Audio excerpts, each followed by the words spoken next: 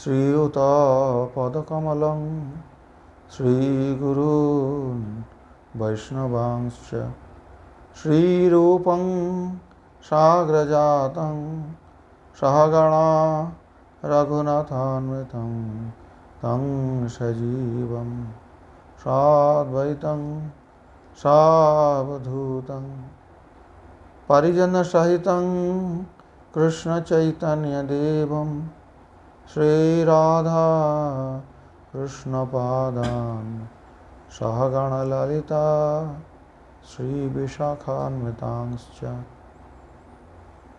अखिलरसामृतमूर्तिः प्रश्रीमररुतिरुद्धतारकापाली कलितश्यामललितो राधाप्रियान् विधुर्जयति अथो वात्सल्य रसे कोमलांगो विनयी सर्वलक्षणयुक्त इत्यादि गुणः श्री कृष्णो विषयालम्बनः। अब वात्सल्य रस के बारे में बता रहे। वात्सल्य रस कैसे हैं? उनमें सबसे पहले विभाव, उसके बाद अनुभव, उसके बाद सात्विक भाव, उसके बाद संचारी भाव। तो विभाव में क्या होता है? एक आलम्बन और एक उद्दीपन। आलम्बन में दो प्रकार है, विषयालम्बन और आश्रयालम्बन। तो ये विषयालम्बन कौन है? कोमलांग विनयी सर्वलक्षण युक्त। कोमलांग क्यों? क्योंकि बच्चे जो है वो कोमल होते हैं। तो वत्सल रस के जो विषयालम्बन कृष्ण, वो वत्सल रस के भक्तों के पास कोमलांग रूप से प्रतिभात होते हैं। कोमल, बहुत छोटा बच्चा जैसे कोमल होते हैं, कठोर या जवान के जैसे बलिष्ठ दृढ़, ऐसा वत्सल रस से कृष्ण नहीं है। वत्सल रस के जो विषयालम्बन रूप कृष्ण है वो एक ही कृष्ण, परंतु उनके लिए विषयालम्बन क्या होगा? विभाव में कोमलांग विनयी। पिता माता के पास होते तो करेंगे नहीं, शाखाओं के पास विनयी नहीं है। देखना, ये जो विषयालम्बन सख्य रस भी अलग है, वात्सल्य में अलग है। वहाँ तो सुबह इत्यादि रहेगा, यहाँ विनयी, पिता माता के अनुगत है, बात मानने वाले हैं कृष्ण, नंद यशोदा आदि गुरुजनों को। इसलिए कोमलांगो विनयी सर्वलक्षण युक्त। जो हमारे बच्चे को सारे शुभ लक्षण हैं, अपने बच्चे में जो है सब शुभ लक्षण है, ऐसे देखेंगे वत्सल रस के भक्त। इत्यादि गुण श्री कृष्ण विषयालम्बन। श्री कृष्ण अनुग्राह्य भाववंत। अनुग्राह्य, श्री कृष्ण के प्रति हमें अनुग्रह करना पड़ेगा, ऐसा भाव वाले। श्री कृष्ण अनुग्राह्य भाववंत पित्रादय। अनुग्राह्य मतलब अनुग्रह के पात्र श्री कृष्ण इनके लिए। ये कृष्ण के अनुग्रह नहीं चाहते हैं, ये कृष्ण का अनुग्रह करते हैं। अनुग्राह्य भाववंत, श्री कृष्ण अनुग्राह्य भाववंत पित्रादयो गुरुजना अत्र ब्रजे। पितृ आदय, पित्रादय मतलब पिता माता ये सब, और भी गुरुजन जो है, नहीं सखा नहीं, हाँ, और गुरुजन जैसे मान लो चाचा है, चाची है, मामा है, मामी है इत्यादि, जो पितृतुल्य मातृतुल्य हैं, ये सभी गुरुजन अत्र ब्रजे। और यहाँ ब्रज में कौन कौन है? ब्रजेश्वरी, ब्रजराज, रोहिणी, उपनंद तत्पत्न्यादयः। ब्रज में कौन कौन है? वात्सल्य रस के आश्रयालम्बन ना। ब्रज में कहते हैं ब्रजेश्वरी सर्वप्रथम यशोदा माँ, उसके बाद ब्रजराज नंद महाराज, उसके बाद रोहिणी माता। रोहिणी माता ब्रज में रहती है ना, कृष्ण के बाल लीला दर्शन किए। उपनंद नंद महाराज के भाई, और उपनंद आदि के जितने पत्नियां हैं वो चाची लगे कृष्ण के। ये सब जो है अन्यत्र, अत्र ब्रजे, ब्रज में तो, इस ब्रज में तो ये अन्यत्र मतलब दूसरी जगह, मतलब द्वारका, मथुरा आदि में देवकी, कुंती, वसुदेवादयश्च आश्रयालम्बनाः। अन्यत्र मतलब मथुरा और द्वारका में वत्सल रस के आश्रयालम्बन कौन है? देवकी, वसुदेव, कुंती आदि। स्मित जल्पितो बाल्य चेष्टादय उद्दीपन विभावः। तो विभाव में तो आलम्बन उद्दीपन दो प्रकार होते हैं। तो इसमें विभाव में उद्दीपन क्या है? कहते हैं स्मित जल्पितो बाल्य चेष्टादय। मंद मुस्कान छोटे बच्चे को देख के पिता माता आनंदित होते हैं, उद्दीप्त होते हैं। और जल पीता, छोटे बच्चे जैसे बात करते हैं ना, सुन के पिता माता का आनंद आता है। बाल्य चेष्टा देखकर उनके वात्सल्य रस का उद्दीपन होते हैं। बाल्य चेष्टा मतलब छोटे बच्चे जैसे प्रयास करना। देखने से तो जवान लड़का ऐसा करेगा तो खराब मानेंगे पिता माता। बाल्य चेष्टा बाल्य में शोभा देती है, परंतु जो ये वात्सल रस के आश्रय आलम्बन है, नंद यशोदा और मथुरापुरी में वसुदेव देवकी आदि, इनके लिए कृष्ण बच्चा ही है। जब किशोर अवस्था प्राप्त होता है 12 साल 11 साल में, शिशु जैसे ही दिखते हैं। इसलिए इनके लिए आश्रय आलम्बन के लिए जो उद्दीपन होते हैं वो उद्दीपन होते हैं स्मित, जल्पित, बाल्य चेष्टादय, ये सब उद्दीपन विभाव है। और उनमें विभाव तो हो गया, अनुभव क्या है? अनुभाव मस्तकाग्रहण आशीर्वाद लालना पालनादय अनुभव। मस्तक को सूंघना अर्थात दीर्घजीवी हो बच्चा, मस्तक सूंघने से पिता माता बच्चा दीर्घजीवी होते हैं। मस्तक आग्रहण आशीर्वाद देते हैं, यहाँ आशीर्वाद देते हैं वत्सल रस के भक्त, आशीर्वाद नहीं लेते हैं, आशीर्वाद देते हैं कृष्ण को। लालन पालन, उनका पूछ करना, उनका पालन पोषण करना, ये सब अनुभव है। समझ में आई बात? सात्विकः स्तंभ स्वेदादय सर्वैव, और सात्विक भाव में स्तेषम स्तंभ स्वेद रोमांच स्वरभेद तो वेपतु वैवर्णमस्त्र प्रलय इत्यष्टु सात्विका स्मृता। इनमें ये सब है, लेकिन एक ज़्यादा है। क्या है? स्तनस्राव। वो जशोदा माँ में होगा, नंद महाराज में नहीं। तो वात्सल रस के सात्विक भाव 8 के साथ और एक जुड़ता है, 9 है सात्विक भाव, अर्थात स्तन से दुग्ध क्षरण होता है। ये वात्सल्य रस के जो मातृस्थानीय यशोदा आदि इनके होते हैं। अब संसार में तो ऐसा होता नहीं, जब बच्चा बड़ा हो जाता है माँ के स्तन दुग्ध आता है क्या? लेकिन ये नित्य ब्रज में नित्य बालक कृष्ण, नित्य किशोर कृष्ण और नित्य बालक कृष्ण के नित्य माता यशोदा, उनके नित्य स्तन दुग्ध का शरण होना, ये एक सात्विक भाव है। सांसारिक विचार से ऐसा नहीं होगा, परंतु वहाँ है। हर्ष शंकाद्या व्यभिचारिणः, हर्ष शंका अर्थात जब गोचरण करके वापस आते हैं, भोजन करते हैं तो इनके आनंद होता है, बेटा ने खाया पेट भर के चलो आ गया। और जब दूर रहते हैं, गोचरण में चले जाते हैं, तब होते हैं शंका, कुछ विपत्ति ना हो जाए, कोई असुर आके मेरे बच्चे को कोई नुकसान ना पहुंचा दे।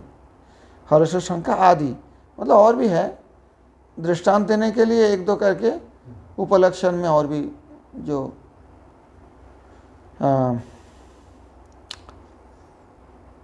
व्यभिचारी भाव अर्थात संचारी भाव है। हर्ष शंकाद्य व्यभिचारिणः, तो हो गया विभाव, अनुभव, सात्विक भाव और व्यभिचारी भाव। स्थायी भाव क्या है इसमें? वत्सल रति, उसके साथ ये सामग्री संयोग से रस बनता है। वत्सल रति वात्सल्य रति स्थायी भाव। प्रेम स्नेह रागश्चात्र भवन्ति, और इसमें जो पहले बताया ना, प्रेम के ऊपर जो है तो स्नेह होता है, राग होता है, प्रणय होते हैं। यहाँ कहाँ तक पहुँचते हैं?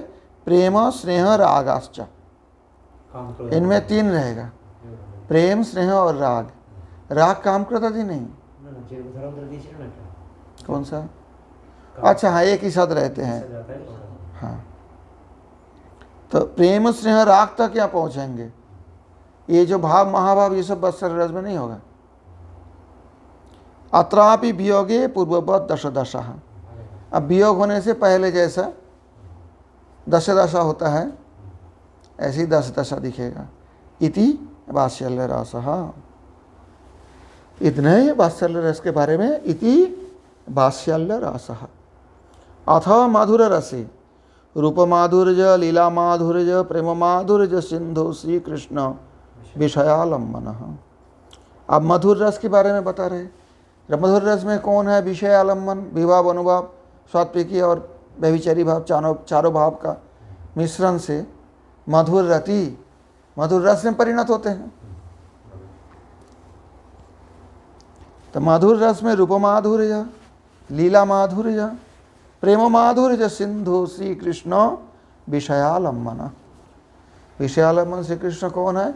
यहाँ विनयी और कोमलांग वात्सल्य रस के जैसा ऐसा नहीं है, वही कृष्ण मधुर रस के जो आश्रय विग्रह हैं उनके समक्ष इस रूप में दिखेंगे।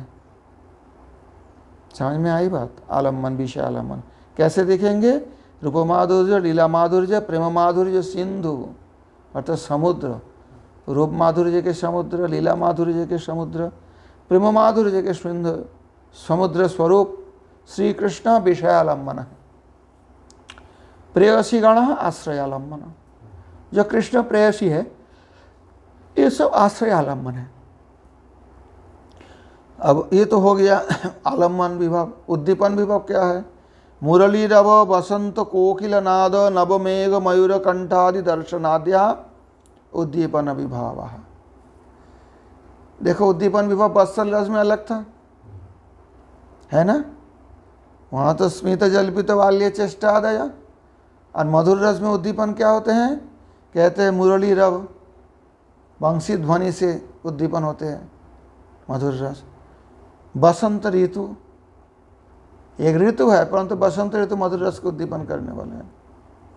कोकिल नाद, कोयल की शब्द से, और नवमेघ दर्शन, जब बरसात में नया बादल उदित होते हैं तो उनके रंग देखकर उसके जो वर्ण हैं कृष्ण के वर्ण से मिलते जुलते हैं, इसलिए मिलते जुलते वर्ण देखकर मधुर रस के जो नायिका है, जो प्रेयसी है कृष्ण प्रेयसी, उनको उद्दीपन होता है।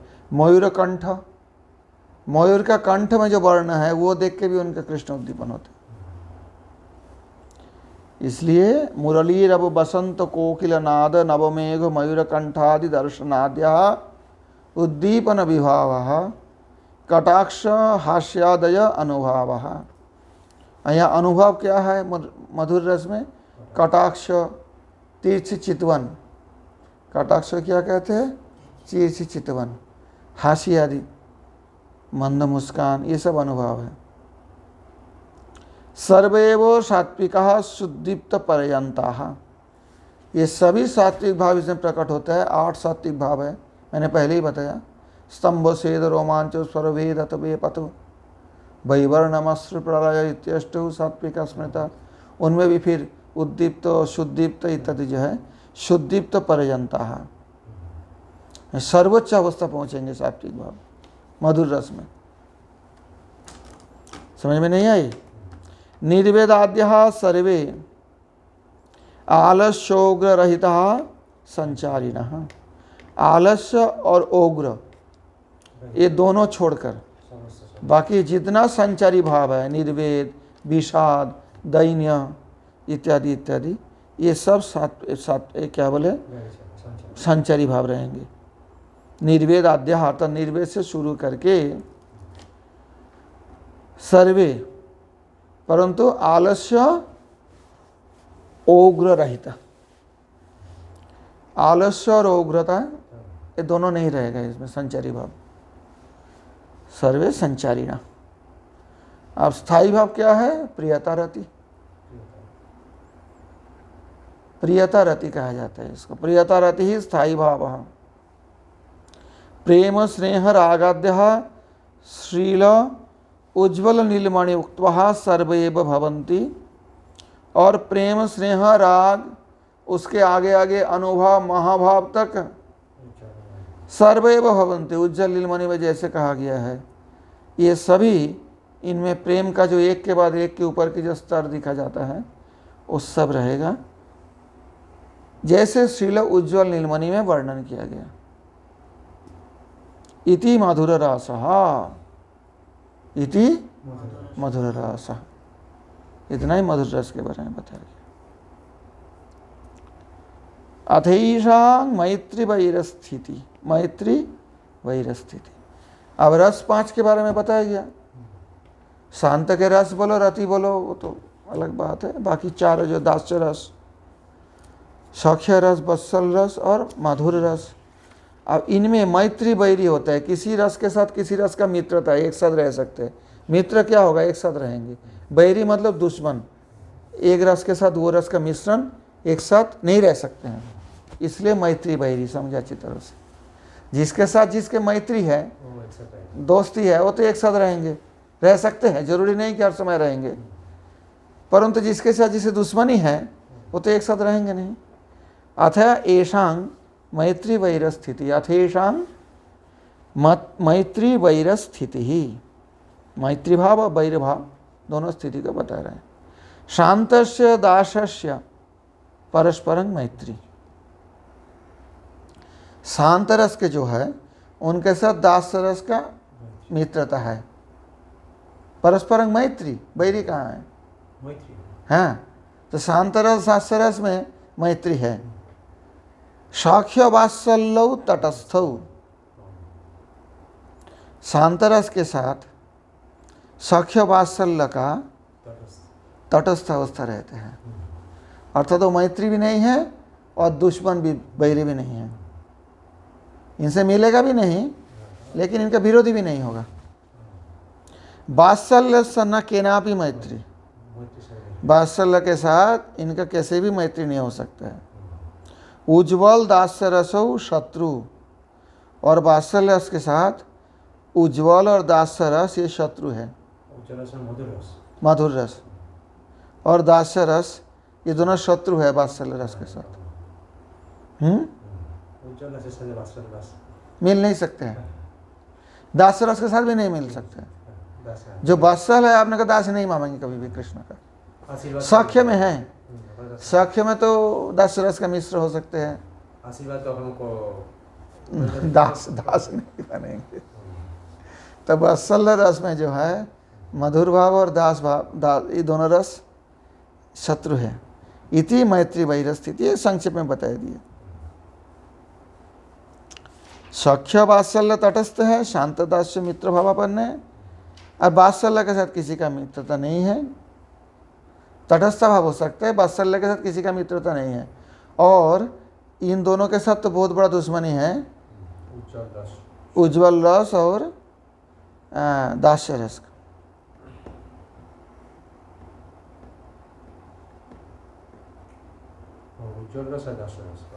यहाँ अनुवाद में कुछ गड़बड़ लग रहे हैं। वात्सल्य रस के शत्रु है उज्ज्वल और दास्य रस।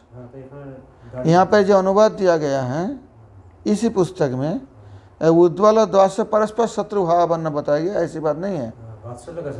उज्ज्वल रस में तो दास्य भाव है, राधा जी के जो दास्य है तो मधुर रस के है, परंतु दास्य भाव पे रहते हैं। राधा जी के सखी जो है दास्य भाव में रहते हैं। उज्ज्वल दास्य रसौ शत्रु, इसमें लिखा है।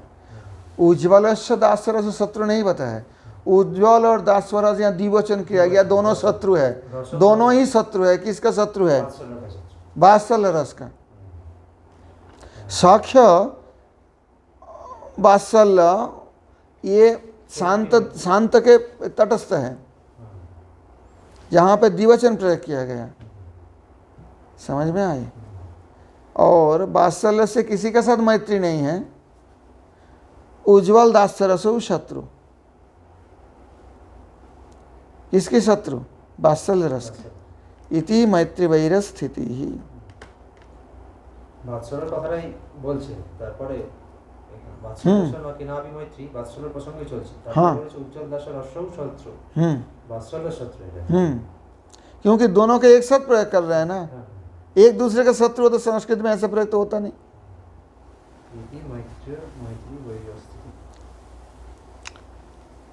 अथवा भाव मिश्रणम, अब भाव मिश्रण कैसे है दिखाते हैं। भाव में मिक्सिंग कैसी हो पाता है, समझ में आए कैसे भाव मिश्रणम। अथवा भाव मिश्रणम श्री बलदेवादीनां सख्यं वात्सल्यं दास्यंच। श्री बलदेव आदि जो है इनको तीनों भाव का मिश्रण है, सख्य वात्सल्य दास्य, देखो इसमें वैर भाव जो है वो कभी नहीं मिश्रण होगा, मिक्स नहीं होगा, लेकिन परंतु जो तटस्थ है अथवा मित्र है, इनमें मिश्रण हो सकता है। तटस्थ मतलब उससे तो कुछ आता जाता नहीं है, दुश्मनी में मित्र में। तो इसलिए यहाँ पर जो सख्य वात्सल्य और दास्य, ये जो है सख्य वात्सल्य कहाँ गया, और दास्यंच श्री बलदेवादीनां,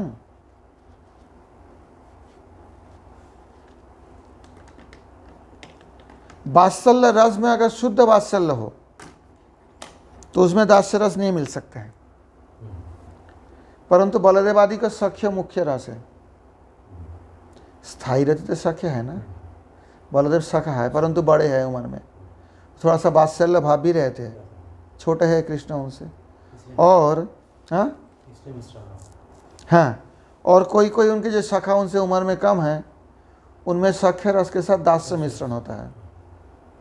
इसलिए ये भ्रम नहीं करना कि बलदेव में दास्य भाव है, उस प्रकार भाव नहीं कहा जाता है। यहाँ बलदेव आदि में, बलदेव आदि जितने सखा है उनमें सख्य वात्सल्य दास्य तीनों मिश्र है।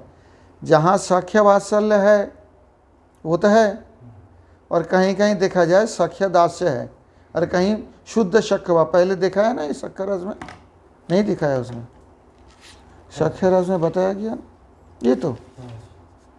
दास्य भक्तानां दास्यरति सख्य भक्तानां कहाँ गया, सख्य रस में देखो उसमें है। हाँ, ये कृष्णस्य वयसाधिका स्ते सुहृद किंचित वात्सल्यवन्तः, 4 प्रकार सखा है ना, सुहृद सखा, प्रिय सखा, नर्म सखा, प्रिय नर्म सखा। प्रिय नर्म सखा में उज्जवल रस का मिश्रण है सख्य के साथ। तो इस प्रकार सखा में बलदेवादीनां सख्यं वात्सल्यं दास्यंच, मुखरा प्रवृत्तीनां वात्सल्यं सख्यंच। मुखरा है ना बूढ़ी, राधा रानी के नानी, मुखराई गांव जिनके नाम से है मुखरा, तो उनमें वात्सल्य भी है, सख्य भी है। नानी है ना, थोड़ा सा दोस्ती भी रखती है देवती से। हाँ, दीदा। वात्सल्यं सख्यंच, युधिष्ठिरस्य वात्सल्यं सख्यंच, भीमस्य सख्यं वात्सल्यंच, अर्जुनस्य सख्यं दास्यंच। हाँ, भीम युधिष्ठिर बड़े हैं, अर्जुन बराबर के हैं। सख्यं दास्यंच, नकुलो सहदेवयः दास्यं सख्यंच। पहले दास्य बताया गया, उसके मतलब नकुल साहब है मूलतः दास्य भाव के हैं। सख्यंच, सख्य भी है, मिश्रण है वहाँ सख्य भाव का। एक भाव होता है सख्य भाव में दास्य भाव के मिलना, पानी में दूध नहीं मिलाया जाता है, दूध में पानी मिलाते हैं ना, कोई मिलावट करते हैं। युधिष्ठिर महाराज वात्सल्य से सख्य मिश्र। हाँ, युधिष्ठिर महाराज जी का वात्सल्य है कि सख्य मिश्र है। हाँ, और नकुल सहदेव इन दोनों को दास्यं सख्यंच, दास्य रसी है, सख्य मिश्र है, मिला हुआ है उसमें। उद्धवस्य दास्यं सख्यंच, अक्रूर उग्रसेनादीनां दास्यं वात्सल्यंच। यहाँ पर आप बोलोगे दास्य वात्सल्य कैसे मिल सकते हैं, जो बैर हैं?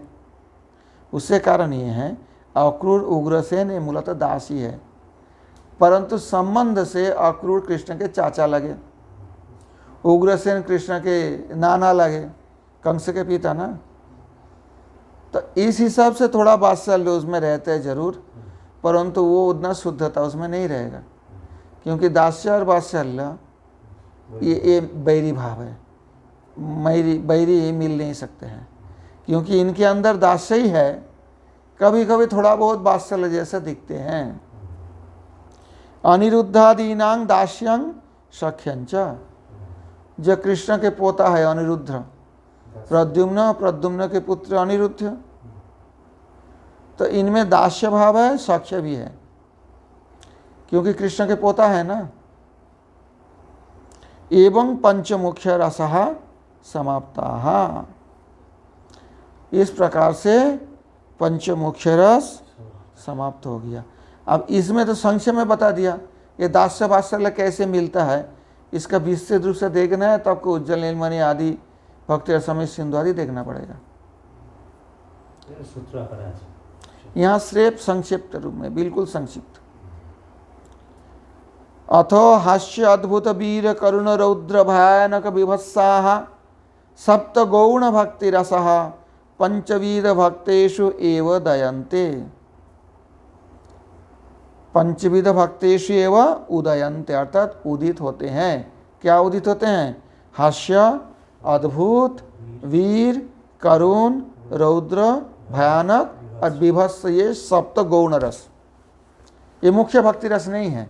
उदयन्ते मतलब समय समय पर जो पंच मुख्य भक्ति रस वाले जो भक्त है उनमें समय समय पर उदित होते हैं, फिर अस्त भी हो जाते हैं, रहता भी नहीं। अतएव पंचविध भक्ता आश्रयालंबना। ये जो 7 गौण रस है इनमें 5 प्रकार के जो भक्त है, शांत, दास्य, सख्य, वात्सल्य और मधुर, ये 5 प्रकार के भक्त इसको आश्रय आलम्बन है। समझ नहीं आ रही बात? अरे गौण रस में भी तो वही होगा। क्या होगा? सामग्री मिलन होगा ना, तो सामग्री में विभव होगा, विभव में आलम्बन उद्दीपन होगा, उसमें आश्रय आलम्बन होगा।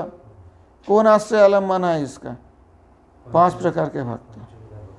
हास्यादीनां षण्णां रसानां श्रीकृष्णश्च श्रीकृष्ण भक्ताश्च तत्संबंधिनश्च विषयालंबना।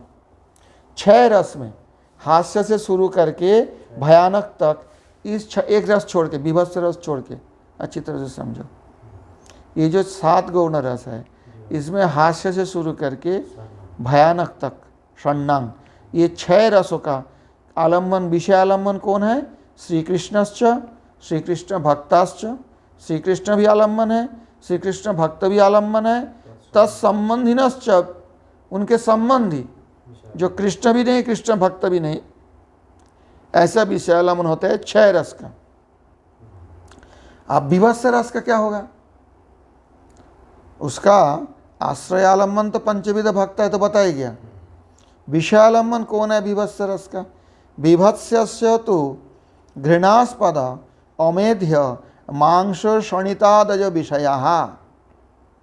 विभत्स रस के विषय आलम्बन क्या है? न घृणास्पद, जो है जिस देख के घृणा होते हैं, अमेध्य अपवित्र, जो मांस रक्त आदि ये विषय है। अब यहाँ पे कहाँ है इनका विस्तार से, तो आपको उधर देखना पड़ेगा। कृष्ण इनका विषय आलम्बन नहीं, कृष्ण कभी विभत्स नहीं हो सकता है। गौण रस के विषय आलम्बन कृष्ण नहीं हो सकता है। तो कैसे होता है इसको मेरे ख्याल से आगे बताया गए होंगे, देखते हैं, समय समय में आएगा, जरूरी है इसका।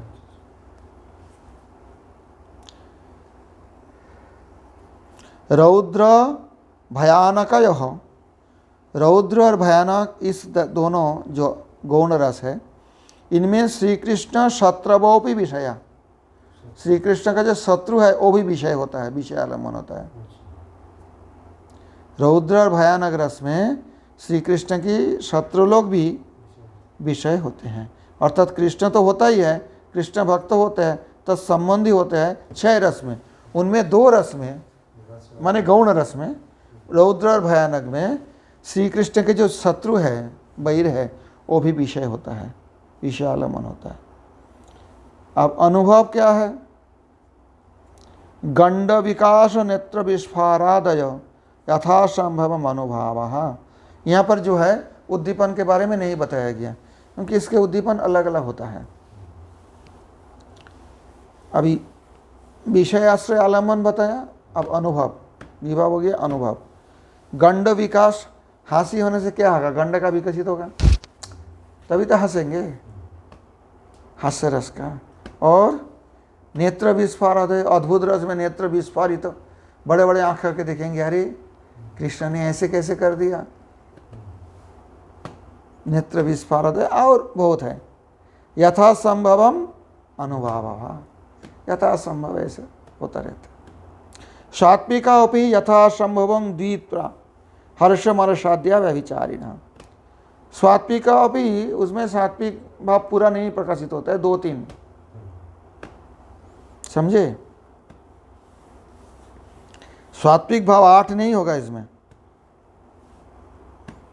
यथा संभव वो भी ज़्यादा पूरा नहीं, थोड़ा बहुत 2-3 सात्विक भाव इसमें गौण भक्ति रस में, ये 7 गौण है, थोड़ा बहुत दिखते हैं 2-3। हर्ष अमर्ष आदि व्यभिचारिणः, और जो व्यभिचारी भाव संचारी भाव हर्ष क्रोध इत्यादि कुछ है, पूरा 33 नहीं मिलेगा।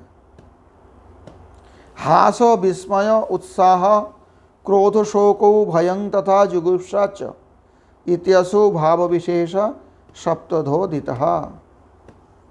अब ये जो सप्त गौण रस है इसमें सप्त भाव विशेष हास्यादीनाम अमी क्रमेण स्थायी भावः,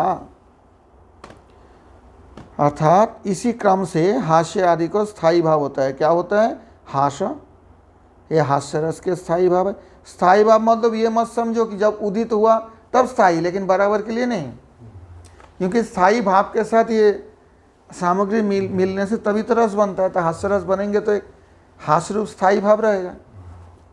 हास मतलब हंसना, समझे? विस्मय ये अद्भुत रस का है स्थायी भाव। उत्साह ये वीर रस का है। और करुण ये क्रोध रस का है। रौद्र कहाँ गया? करुण में शोक आएगा, रौद्र में क्रोध आएगा, भयानक में आएगा भय, और जुगुप्सा घृणा ये होगा विभत्स रस का स्थायी भाव। हाँ, क्रमानुसार यहाँ क्रम में इसमें थोड़ा गड़बड़ा है। क्रोध शोक हो, क्रोध और शोक, ये शोक होगा करुण रस में, क्रोध होगा रौद्र रस में स्थायी भाव। किंच वीर रसे हास्यादीनाम अमी क्रमेण स्थायी भावः।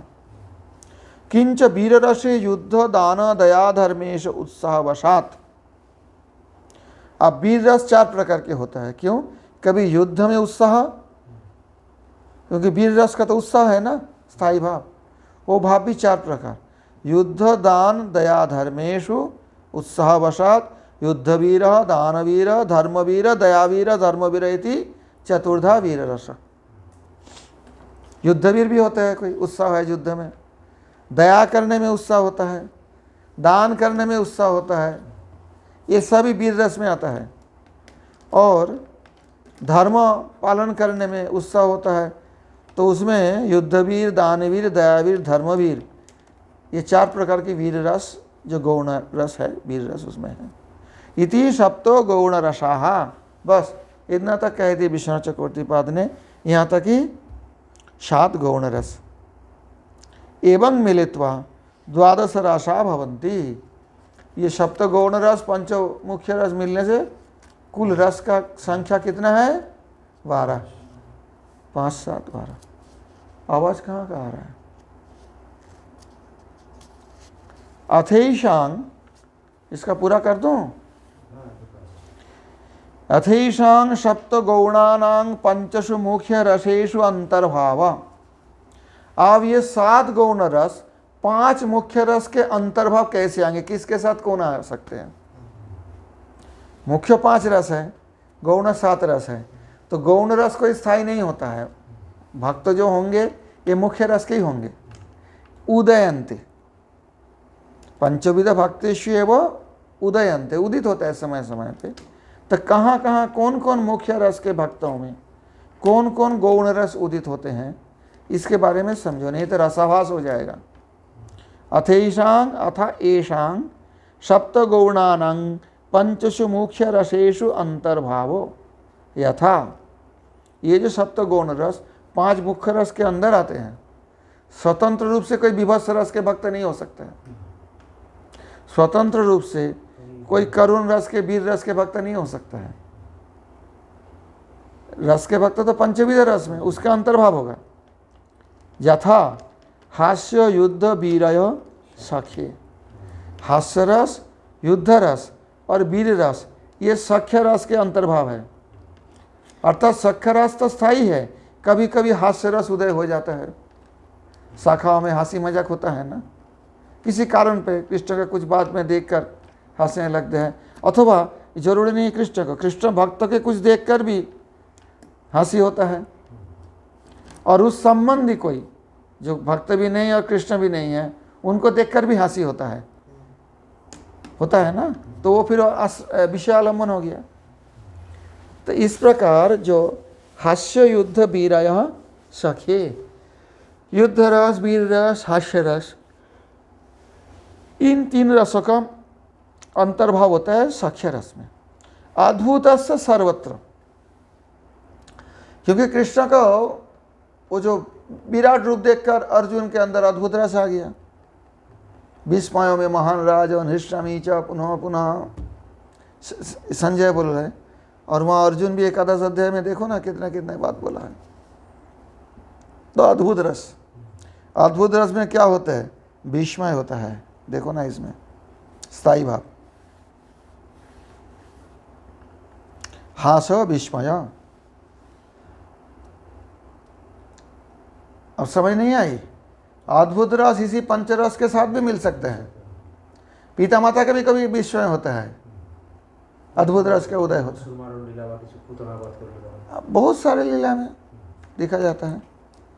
तो इसलिए अद्भुत सर्वत्र, करुणा दान वीर दया वीराणां वात्सल्य। करुण रस, दानवीर, दयावीर, ये रस का वात्सल्य रस में मिश्रण हो सकता है। अर्थात वीर रस का सब नहीं आएगा, युद्धवीर और एक क्या होता है वेट दानवीर, युद्धवीर, दानवीर, दयावीर, धर्मवीर, ये सब तो सख्य रस में चारों ही जो अवान्तर भेद है वीर रस का वो मिक्स हो सकते हैं।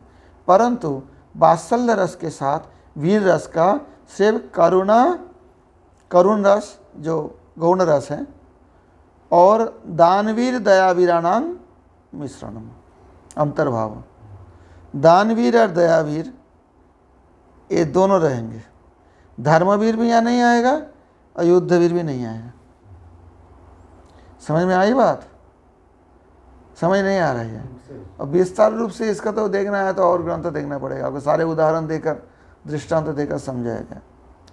भयानक वात्सल्य दास्य च, भयानक रस का वात्सल्य भाव में और दास्य भाव में होता है। क्योंकि भयानक और जो रौद्र ये दोनों में एक अलग बताया ना इसमें।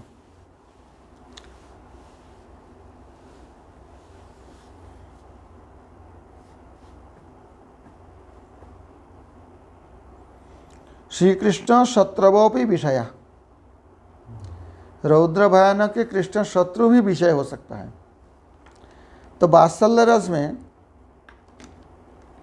दास्य रस में कभी कभी जो भयानक रस का उदय होता है तो उसमें स्थायी भाव कौन होता है? भयानक रस का भयम, भय होता है। कोई शत्रु को देख के, कोई बड़ा असुर देख के, कालिया नाग का देख के नंद यशोदा का तो प्राण ही चले गए समझो। तो दास्य रस में भयानक रस का मिश्रण हो सकता है और दास्य रस में होता है।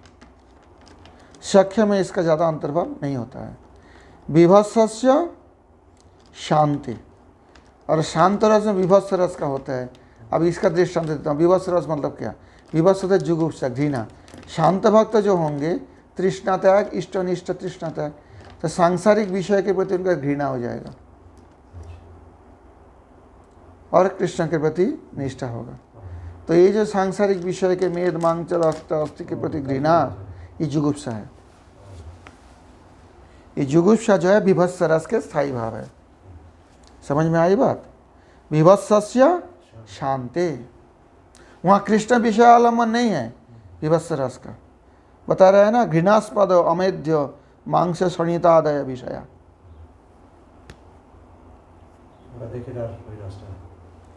उधर घृणा होगा संसार की वस्तु के प्रति और कृष्ण के प्रति निष्ठा। तृष्णा त्याग। तृष्णा त्याग क्यों होगा? जब उसमें घृणा होगा तभी तो तृष्णा त्याग होगा। विवत्सस्य शांते रौद्रस्य क्रोधरति वात्सल्य उज्ज्वल रस परिवारेषु एकांशेन इत्यनेनैव परस्परं मैत्री वैर्यञ्च युक्त्या ज्ञेयम्। और रौद्र रस का कहाँ गया? हाँ, क्रोधरति। रौद्र रस का स्थायी भाव क्या है? क्रोध। रौद्र रस का जो क्रोध रति है ये वात्सल्य रस में और उज्ज्वल रस परिवारेषु, अर्थात वात्सल्य एवं उज्ज्वल रस में एकांशेन, अंशतः अंतर्भाव होता है, पूरा पूरी नहीं।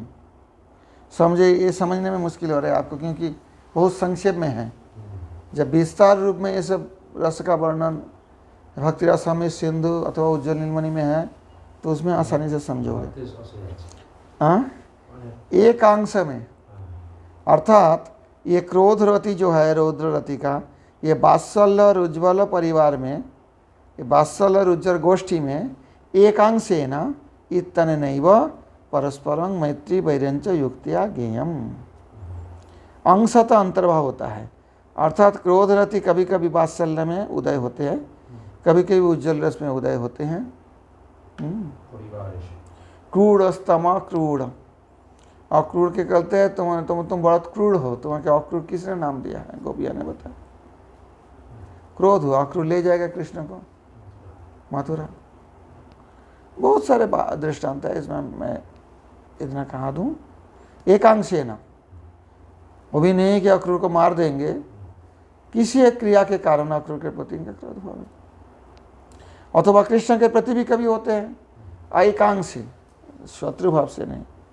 इसलिए परस्परं मैत्री वैर्यञ्च युक्त्या ज्ञेयम्। इसके द्वारा इन लोगों का परस्पर, अर्थात ये जो गौण रस और मुख्य रस, सप्त गौण रस पंचमुख्य रस के परस्पर मैत्री और वैर भाव, ये युक्ति के द्वारा जानना चाहिए। इनमें उसमें भी बहुत वर्णन किया है हमारे जीव गोस्वामी पाद की, जो या गोपाल भट्टो जी का जैसे भी बोलो, जो प्रीति संदर्भ है, उनमें ये सब बहुत सारे दृष्टांत देकर। भागवत में कभी भी रसाभास नहीं हो सकता है, परंतु भागवत में कभी कोई देखा जाता है कोई विरुद्ध रस का मिलन हो गया तो कैसे हुआ, तो उसी श्लोक को प्रमाण दे के प्रमाण किया कि इसी कारण से ऐसा दिख रहा है, वास्तव में अलग। ये सब अब जब पढ़ोगे प्रीति संदर्भ तो वहाँ इसका बहुत विस्तार विचार है। भागवत प्रमाण है, भागवत में कभी भी कोई रसाभास दोष रह नहीं सकते, हमारे पूर्वाचार्यों का ये कहना है।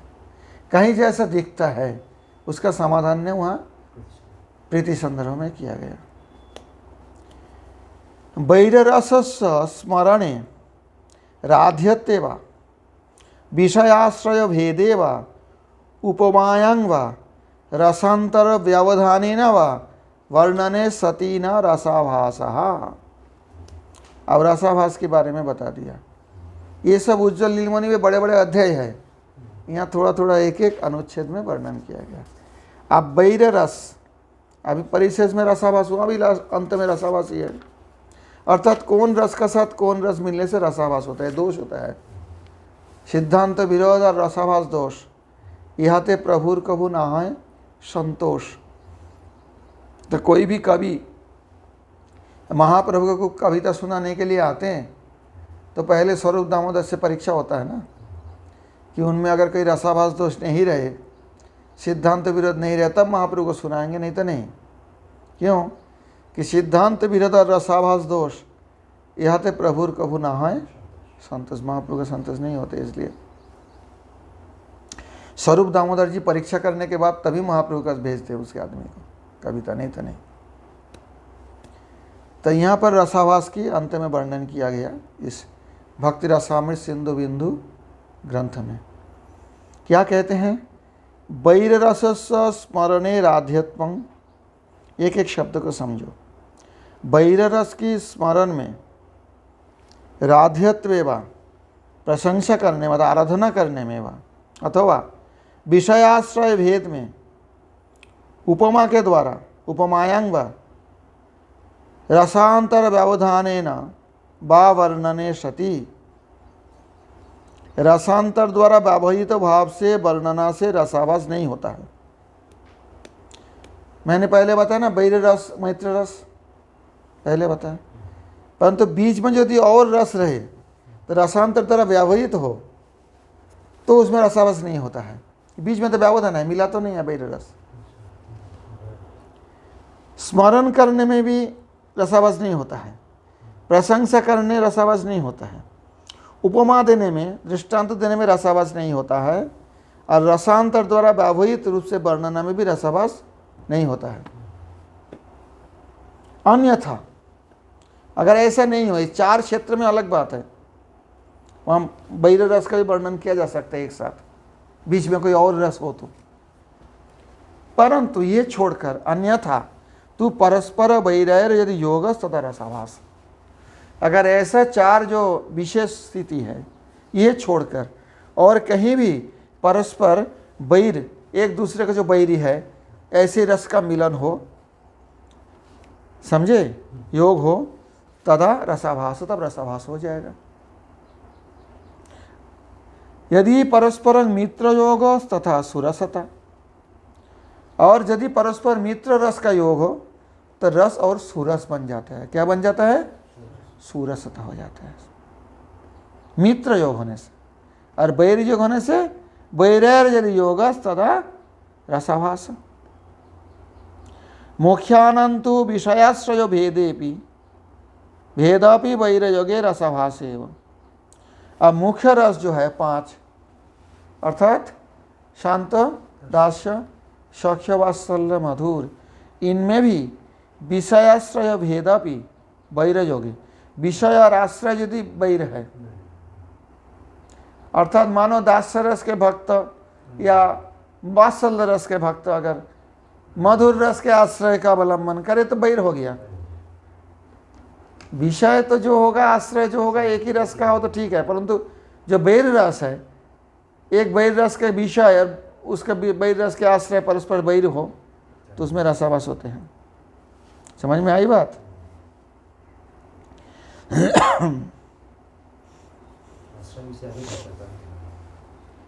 मित्र हो तभी चले।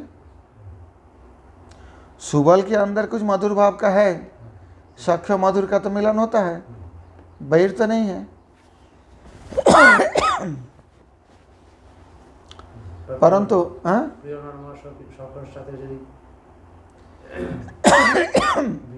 अब मानो यशोदा माँ आ गया, अगर कोई ऐसे विषय का वर्णन आ गया, यशोदा माँ कृष्ण को तो किशोर रूप से नहीं देखती है ना, वात्सल्य रस का है, तो आश्रय और विषय का बैर भाव भी नहीं आना चाहिए। समझ नहीं आ रही बात? मुख्य रस जो है उनका विषयाश्रय भेद होने से भी बैर योग होते तो रसाभास हो जाएगा। रस के आश्रय भक्त है, रस के विषय कृष्ण है, मुख्य रस के, तो समझ गए हो ना। केवल मात्र एवं अधिरूढ़ महाभावे केवलं श्री राधायंत बैर योगेपि वर्णन परिपाट्यांग न रसाभास।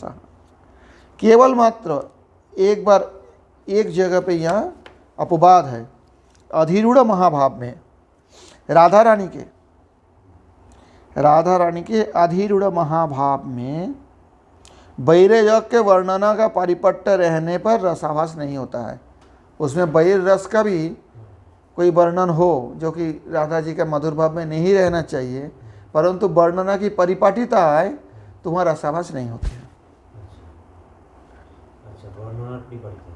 वर्णना की परिपाटी से अच्छी तरह से वर्णन किया जाए राधा जी के जो भाव का है, वो कहाँ राधा जी के ऐसे साधारण भाव में नहीं, अधिरूढ़ महाभाव की स्थिति में।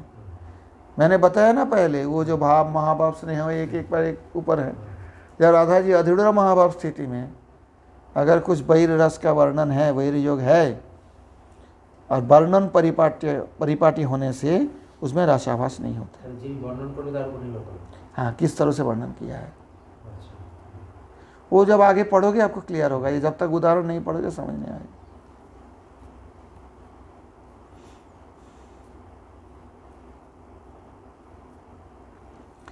किंच कृष्ण यदि स्वयं एकदैव सर्वरसानां विषय व आश्रय व तदापि न रसाभास। अब बात आती है, ये तो भक्तों की बात है, कृष्ण ये तो पंचमुख्य रस के ही तो विषय तो कृष्ण है, विषय आलम्बन भी कृष्ण है। भिन्न भिन्न प्रकार में उनकी दृष्टि भिन्न भिन्न प्रकार से अनुभव करेंगे कृष्ण को पंचरस के भक्त। परंतु कृष्ण यदि स्वयं एकदैव सर्वरसानां विषय आश्रय व तदापि न रसाभास, यदि एक साथ एक युग में एक समय सभी रस का विषय अथवा आश्रय बने, उसमें भी रसाभास नहीं होता। कब हुआ था ऐसा? गोवर्धन धारण में जो गिरिधारी गोपाल है, उनमें सब प्रकार के भक्त थे ना गिरिधारी के सामने, तो सबके लिए तो कृष्ण ही वहाँ विषय आलम्बन था एक ही साथ। यशोदा माँ के पास कृष्ण अलग है, राधा रानी के पास अलग है, सखाओं के पास अलग है, परंतु यहाँ तो सभी देख रहे थे कृष्ण को, और कृष्ण सभी रस का विषय आलम्बन रूप से वहाँ ठहरे थे 7 दिन तक। वो तो सप्त गौण रस और पंचमुख्य रस के अलग अलग भक्त, कहीं कहीं रसाभास भी था, वहाँ रस नहीं था सब। हाँ, जो कृष्ण का मृत्यु रूप से देखा है उसका रस थोड़ी है, मृत्यु थोड़ी, कृष्ण मृत्यु नहीं, वो अलग विचार है। लेकिन है प्रकाश समय में दिखा गया वहाँ 12 रस का जो मूर्तिमान रसराज कृष्ण उसका। तो अभी अथ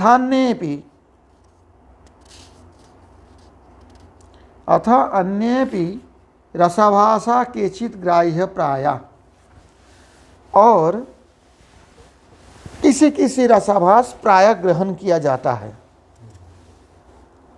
किसी किसी, सब रसाभास नहीं। जैसे दृष्टांत देते हैं, श्री कृष्ण यदि ब्रह्मत चमत्काराधिक्यं न भवति तदा शांत रसाभासा। श्री कृष्ण में अगर ब्रह्म से चमत्कारिता, चमत्कार का अधिक नहीं दिखते हैं, तब शांत रसाभास होता है। ब्रह्म से श्री कृष्ण में चमत्कारी का अधिकता है, तभी तो शांत रस भक्त उनको देखेंगे ना परमात्मा रूप से। अगर ऐसा नहीं हुआ तो शांत रस नहीं हुआ, शांत रसाभास हुआ, आभास हुआ। यदि श्री कृष्ण आग्रे यदि दासस्य अति धाष्टं भवति तदा दास्य रसाभास। अब जो दास है वो भगवान के सामने धृष्टता कर दे, कोई बड़े सड़े बात कह दे, तो दास्य रस के लिए तो उचित नहीं है, वो धृष्टता दिखाए, तो वो दास्य रसाभास होता है।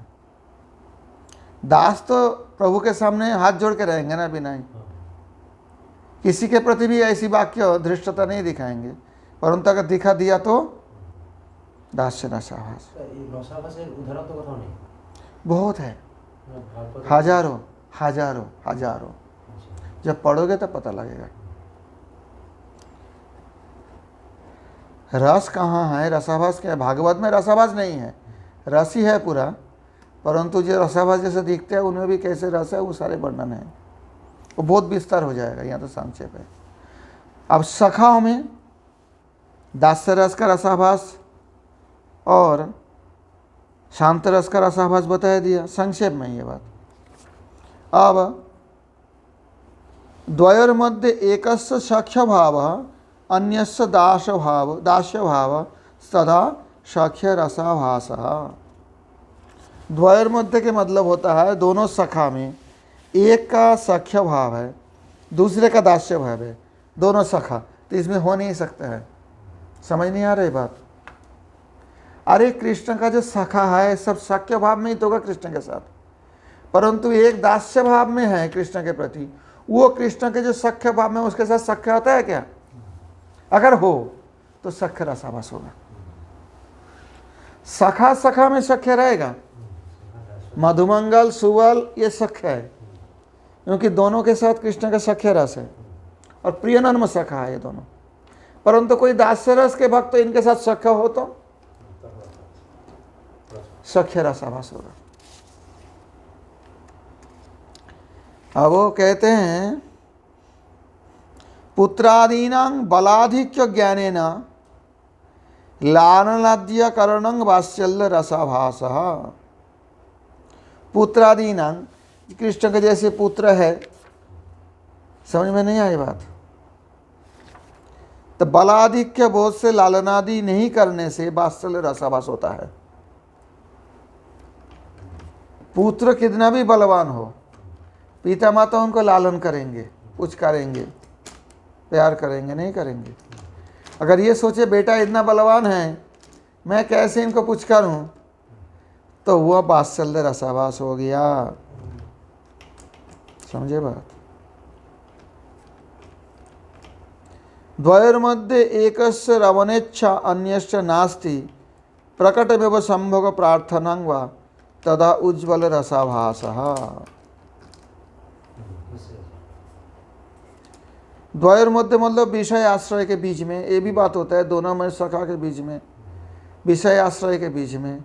मानो कृष्ण के अंदर रमणेच्छा नहीं है और दूसरे के अंदर रमणेच्छा है, प्रकट रूप से संभोग प्रार्थना करता है, कभी भी नहीं करेंगे ऐसा उज्ज्वल रस में, परंतु ऐसा करे तो ये उज्ज्वल रसाभास होता है। समझ में आई बात? एक के प्रकाश रूप से संभोग प्रार्थना दिखते हैं, एक नायक नायिका के एक का रमणेच्छा है, दूसरे का नहीं है। सख्य भाव में भी कृष्ण किसी को सखा मानता है, वो दास मानता है अपने को, सख्य रसाभास नहीं हो गया। तो फिर उज्ज्वल रस में भी ऐसा है। ऐसा बुद्ध दृष्टांत तो बहुत है इसमें, और इनमें जहाँ जहाँ दिखते हैं रसाभास जैसा भागवत में, उसका भी समाधान आचार्य ने किया है। उसके लिए आपको बहुत पुस्तक पढ़ना पड़ेगा। रस तत्व एक अलग विषय है, प्रभुपाद उसके लिए एक सिलेबस दिया, आप देखना।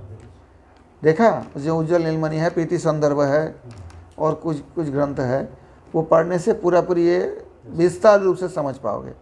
जो प्रभुपाद जी का सिलेबस है रस तत्व में, जो आचार्य करेंगे मास्टर डिग्री, उसके लिए वो सब ग्रंथ है। ये तो एकदम प्राथमिक, ये जो है तत्व, उसको क्या कहते हैं, भक्ति शास्त्री, ऐसे कुछ कोर्स प्रभुपाद ने जो किया था सिलेबस, उसी में ये पुस्तक है। समझे? भक्ति तत्व प्राथमिक रूप से करने के लिए। परंतु रस विषय में अगर कोई मास्टर डिग्री करे तो उसके लिए सिलेबस प्रभुपाद जी का अलग है।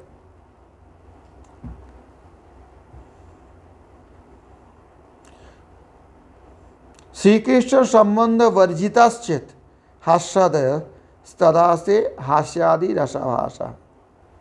अब हास्यादि जो गौण रस है, श्री कृष्ण संबंध वर्जित होकर, श्री कृष्ण संबंध से कुछ नहीं, अगर और किसी विषय में हंसी मजाक करे भक्त लोग, तो हास्य रस नहीं हुआ, वो रसाभास हो गया। यदि श्री कृष्ण वैरिषु भवन्ति तदा अति रसाभासः। और यदि कृष्ण वैरी के प्रति कुछ भाव से ऐसी हंसी मजाक करे तो अति रसाभास हो जाएगा उसमें। और इति रसाभास, रसाभास वर्णन कर दिए। अनधीत व्याकरण चरण प्रवण हरे जनो यस्मात् भक्ति रसामृत सिंधु बिंदु तो बिंदु रूपेण। जिन्होंने व्याकरण शास्त्र का अध्ययन नहीं किया, ऐसा व्यक्ति इस भक्ति रसा में सिंधु बिंदु से, बिंदु रूप से श्री हरि के चरणों में आसक्त हो जाए। जो व्याकरण शास्त्र अध्ययन नहीं किया, जो व्याकरण शास्त्र अध्ययन किए हैं, उनके लिए नहीं बोल रहे। जो जिन्होंने व्याकरण शास्त्र अध्ययन नहीं किया, ऐसा व्यक्ति ये भक्ति रसा में सिंधु बिंदु पाठ कर, श्रवण कर, समझ कर भगवान श्री हरि के चरणों में बिंदु रूप से आसक्त हो जाए। चरण में एक बिंदु मुद लग जाए भगवान के चरणों में, ऐसे आसक्त हो जाए।